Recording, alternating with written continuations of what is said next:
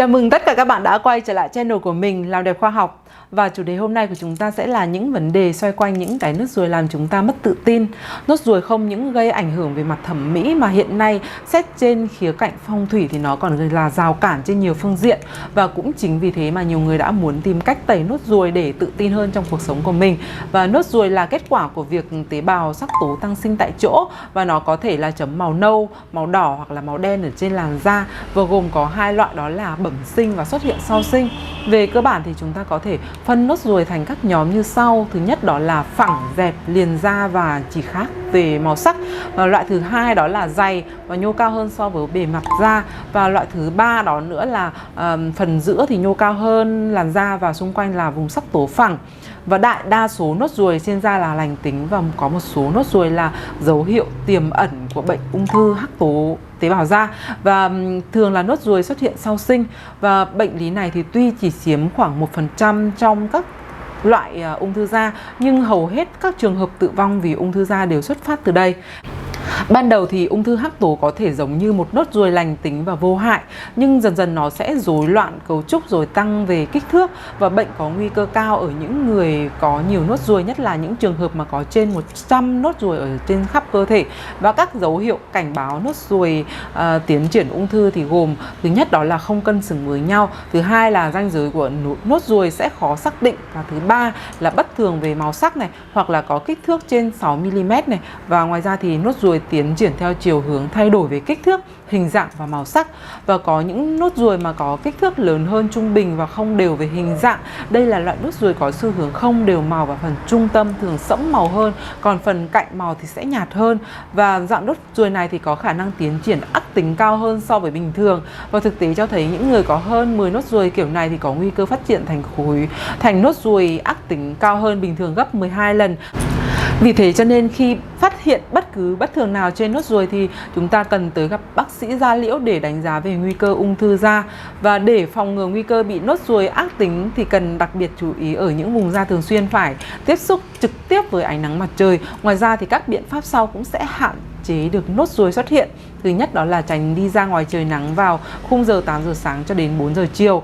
Ngoài ra thì chúng ta nên dùng kem chống nắng phổ rộng trên khắp bề mặt da, có độ SPF của kem chống nắng tối thiểu là 30. Và khi đi ra ngoài trời thì cần che chắn vùng da cẩn thận bằng các loại trang phục chống nắng này, kính mát này, mũ hoặc là nón vành rộng. Và sở dĩ nốt ruồi hình thành là do quá trình tăng sắc tố ở trên da khi có sự tiếp xúc với ánh nắng mặt trời thường xuyên. Và một số nốt ruồi là bẩm sinh do hình thành từ giai đoạn bào thai hoặc là giai đoạn sơ sinh, nhưng là chấm rất nhỏ rồi tăng lên về kích thước và có sự thay đổi về màu sắc. Vì thế cho nên dù tẩy nốt ruồi theo cách nào thì cũng cần loại bỏ được các hắc tố ở trên da. Hầu hết thì các trường hợp tẩy nốt ruồi xuất phát từ nhu cầu cá nhân do nốt ruồi tồn tại ở những vị trí không mong muốn, gây ra ảnh hưởng đến phong thủy và thẩm mỹ. Ngoài ra thì cũng có trường hợp được bác sĩ chỉ định tẩy nốt ruồi để điều trị khi đánh giá nó có khả năng phát triển thành ác tính. Và những biện pháp tẩy nốt ruồi thì đang được áp dụng hầu hết ở các cơ sở y tế hiện nay là: thứ nhất đó là dùng tia laser, giúp cho mô của nốt ruồi sẽ nhanh chóng bị bốc hơi, đồng thời sẽ loại bỏ được tế bào sắc tố ở phần thượng bì và tiêu diệt sắc tố sâu ở bên dưới da. Thứ hai đó là đốt điện, thì dòng điện sẽ làm cho mô nốt ruồi bị phá hủy. Và ngoài ra thì có thể chấm hóa chất, thì chỉ thực hiện để tẩy nốt ruồi lành tính và nông và có kích thước nhỏ. Tuy nhiên thì việc dùng hóa chất có thể để lại sẹo lồi hoặc là lõm vì khả năng ăn mòn cao. Ngoài ra thì phương pháp này cũng có thể làm bỏng da, và ngoài ra cũng có thể làm biện pháp tiểu phẫu. Thì biện pháp này phù hợp với nốt ruồi có nổi gồ lên trên bề mặt da và kích thước lớn này, sẫm màu hoặc là bám sâu bên dưới da.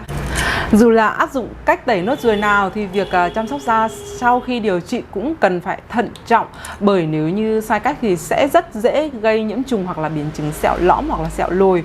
Chúng ta cần phải vệ sinh vùng da đã tẩy nốt ruồi, chỉ nên dùng nước muối sinh lý hoặc là betadine để rửa khi thay băng, và tuyệt đối không được dùng oxy già vì nó sẽ có tác động xấu đến tốc độ liền da của vết thương. Và chúng ta chỉ dùng thuốc bôi sau khi vết thương đã lành. Và việc ăn uống thì cần phải thận trọng để tránh những thực phẩm làm tăng khả năng hình thành sẹo lồi, cũng như là nguy cơ kích ứng gây ngứa da ở vết thương. Và không nên gãi hay là chà sát mạnh vào vết thương. Chúng ta nên hạn chế tối đa việc tiếp xúc vết thương với mỹ phẩm và ánh nắng mặt trời cho đến khi lành hẳn. Và những chia sẻ vừa rồi mình hy vọng sẽ giúp bạn hiểu được tầm quan trọng của việc nhận biết nốt ruồi ác tính trước khi tẩy để tránh những hệ lụy không tốt cho sức khỏe. Nếu như thấy video này hữu ích thì hãy ấn like để mình biết là đã giúp được gì đó cho bạn. Và đừng quên subscribe kênh nếu như đây là lần đầu tiên ghé thăm channel của mình để các bạn có thể đón xem được những video mới nhất từ Làm Đẹp Khoa Học. Cuối cùng xin được nói lời cảm ơn và hẹn gặp lại các bạn vào 8 giờ mỗi tối.